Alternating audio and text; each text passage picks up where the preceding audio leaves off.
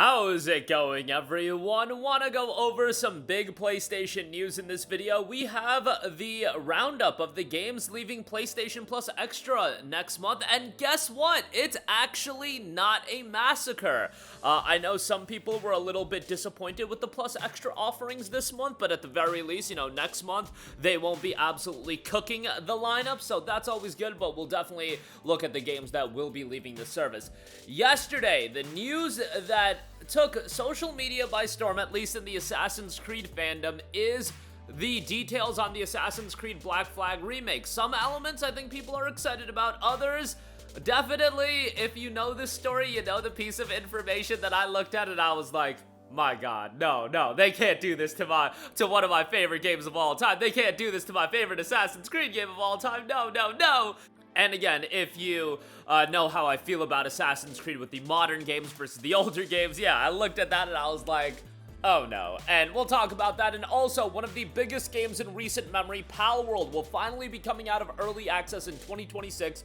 More details on that at the end of this video. First up, games leaving PlayStation Plus Extra and Premium next month. You've got Battlefield 1, that'll be leaving the service. Ghostbusters Spirit Unleashed, that'll be leaving the service. Tour de France 2023 will be leaving, and The Lost Clockwinder will be leaving the service. So very small, all things considered. Some of these months we've had 8, 9, 10, 13, 15 games leaving the service. This time around, only 4 games, and I know there was some criticism, actually quite a lot of criticism, towards the PlayStation Plus catalog update for the month of September. Whenever a month is headlined by a sports game like WWE 2K25, there's always going to be some pushback, but you do have Persona 5 Tactica, you do have Fate Samurai Remnant, and I get it, some of you guys just aren't into Japanese games, so that's not going to be up your alley, but both those games, especially Fate Samurai Remnant, is quite good. You got a Green Hell getting added, Crow Country, The Invincible,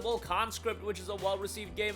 Total of 1, 2, 3, 4, 5, 6, 7 games getting added to the catalog, and here you got 4 games leaving the catalog next month, so actually a W in terms of the net gain for PlayStation Plus Extra, if you want to look at it that way. So actually think that's a pretty good W. I still think PS Plus Extra has a lot of work to do, and I think our standards have just plummeted for PS Plus Extra, so when we see a month like September, maybe a couple of years ago I would have been like, oh, that month is absolutely trash, but nowadays, because my standards have absolutely plummeted, maybe I am a little bit more understanding of it. I don't know. But there you go with that, not a big departure as far as the games leaving the service. Okay, moving on from that, the Assassin's Creed 4 Black Flag remake, probably the worst kept secret in gaming right now. Everybody kind of knows it's happening, and we do have some details. Original source is the Jove video magazine. They have a video up on it, and we do have a breakdown of some of the information, so let's go over it. The remake removes the modern day and replaces them with more content in Edward's pirate era,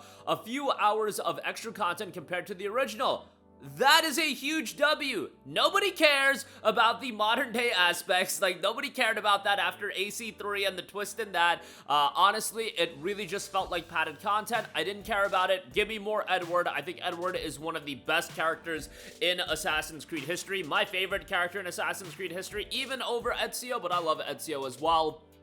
And again, when you compare Edward and Ezio to the charisma vacuums we get these days in, Yasuke, Naoya, and Ivor, man, they just stand so much higher. And a few hours of extra content, hey, I'm excited for that. Gameplay will shift closer to the RPG style of newer Assassin's Creed games. Look, I get that some of you guys think that the AC4 gameplay is dated, the one button press counter system, but come on, man, not every game needs to go down that route of the newer Assassin's Creed games. You don't need every game to fit that criteria of having RPG style and RPG stats. We don't need that. If you want to update the gameplay a little bit, sure, but we don't need to go that route. And also, loot and gear stats for Edward, not a fan of that either. That just seems to be bringing AC4 more in line with the modern Assassin's Creed games, and I'm not crazy about the modern Assassin's Creed games. Again, we'll have to see how the game ultimately rolls out and how it ultimately turns out and how they implement this into the full game. I'm hoping for the best out of this one because AC4 is one of my favorite games of all time. It is my favorite Assassin's Creed game. But yeah, not excited for that. Inventory systems and combat leaning toward the RPG style rather than the choreographed combat of the original. No loading screens when moving between ship and land. Map is not bigger, but islands will be filled with more activities and side content, expected to include cut content from the original, like parts of Mary Reed's storyline that were dropped in 2013. I did find that to be a little bit jarring as far as it being it didn't feel incomplete, but kind of just felt a little bit disjointed at times. It's not on the same big budget remake level as Resident Evil 2 or Silent Hill 2. That makes sense. Resident Evil 2 and Silent Hill 2 are PS1 games. We don't need that level of a remake because you don't need to do that. It's more of a faithful reimagining with updates. Uses Ubisoft's new Anvil pipeline engine, same as AC Shadows. Release window currently targeted for early 2026, likely March, though some sources think it could slip to late 2026. They're reusing some assets from Skull and Bones to cut costs, but it won't be obvious to players. So there you go, Skull and Bones finding to offer some value to Ubisoft. That Quadra A game still will be serving value to Ubisoft, but I'm still excited for it. The RPG style combat, again, when we talk about linking a classic Assassin's Creed game to the newer style of Assassin's Creed game, and when it is my favorite Assassin's Creed game of all time, and you're talking about modernizing it with the RPG style combat, immediately I'm gonna push back a little bit on that, and I think a lot of you guys are going to, because a lot of people are in the camp. I know that there's a ton of people that love the newer style of Assassin's Creed games, and more power to you, but there's also a ton of people like myself, when we heard about the AC4 remake, alright, it's not a new AC game in the older style, but guess what? It's a remake and an updated release of a game that, you know, you can argue doesn't need a remake, but it's still a phenomenal game, and I'll take any opportunity to go back and play a phenomenal game like that. But if you're talking about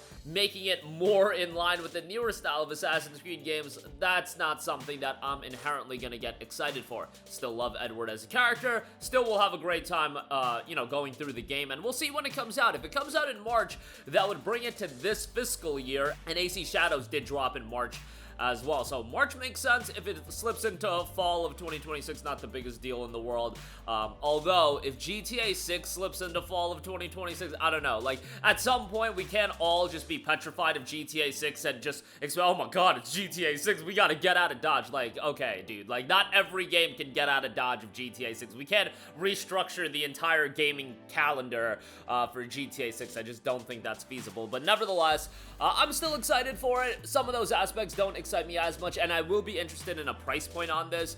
I would say best route would be like $59.99. I think as far like, obviously I would love for it to be like $39.99 or $49.99, but just understanding, you know, how games are priced, I don't think it's gonna be $50 I could see, but I would imagine a gold edition with like the additional content and everything like that would be 60 or 70, but I digress. Hopefully we'll get more news on that in the near future. Lastly, I do want to note Palworld will be officially launching in 2026. The game has been in early access since January of 24. It came to PlayStation 5 in September of 2024, and it was noted while we have a lot of ideas where we want to take Palworld, we also need to start thinking about Palworld 1.0. Beyond just adding new content, there's a lot of cleanup that needs to be done before Palworld can exit early access. It's no secret that Palworld has a lot of quirks and janks, and we want to take the time to properly address those before releasing the game. With that in mind, we plan to start that cleanup this year. Our goal is to ultimately release Palworld next year in 2026, and we think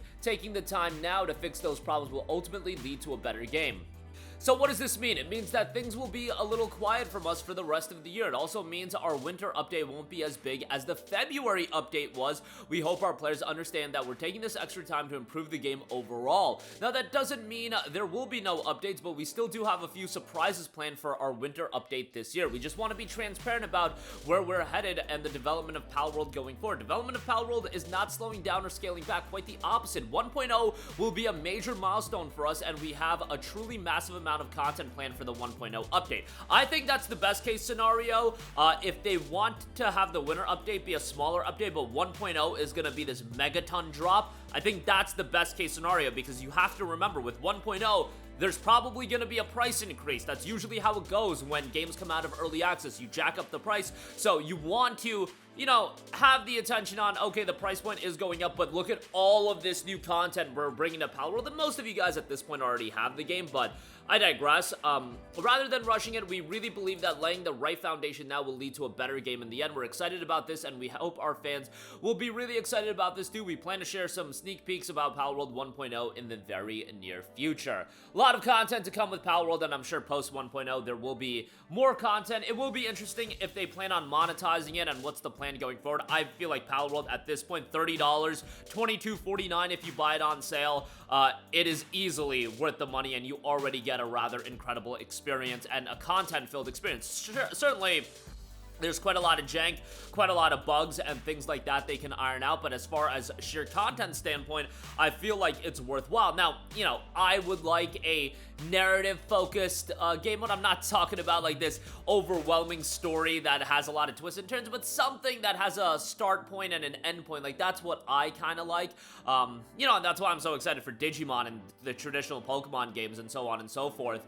But Palworld definitely has its own audience, but I think adding some sort of, you know, narrative focus mode, I think could be pretty cool. Maybe they'll look to do that at some point. I don't know how much the desire is that, if that's just a me thing, that totally could be it, but nonetheless, it will be seeing 1.0 in 2026, so big times ahead. Still got that big lawsuit to get through, so a lot of things going on with Palworld. But that's gonna do it for me. Again, some games leaving PlayStation Plus Extra and Premium: Battlefield 1, Ghostbusters: Spirit Unleashed, Tour de France 23, The Last Clockwinder. Honestly, as far as PlayStation Plus games leaving the service, that is a very, very quiet lineup there. Definitely not as big as the 13 or 15 game lineups. Assassin's Creed 4 Black Flag Remake gets a lot of information leaked. Honestly, some of it doesn't have me as excited, but I'll still be looking forward to it, and Palworld will be officially launching in 1.0 in 2026. That's going to do it for me. Let me know all of your thoughts in the comment section down below. As always, sound off there. Thank you for watching, and goodbye.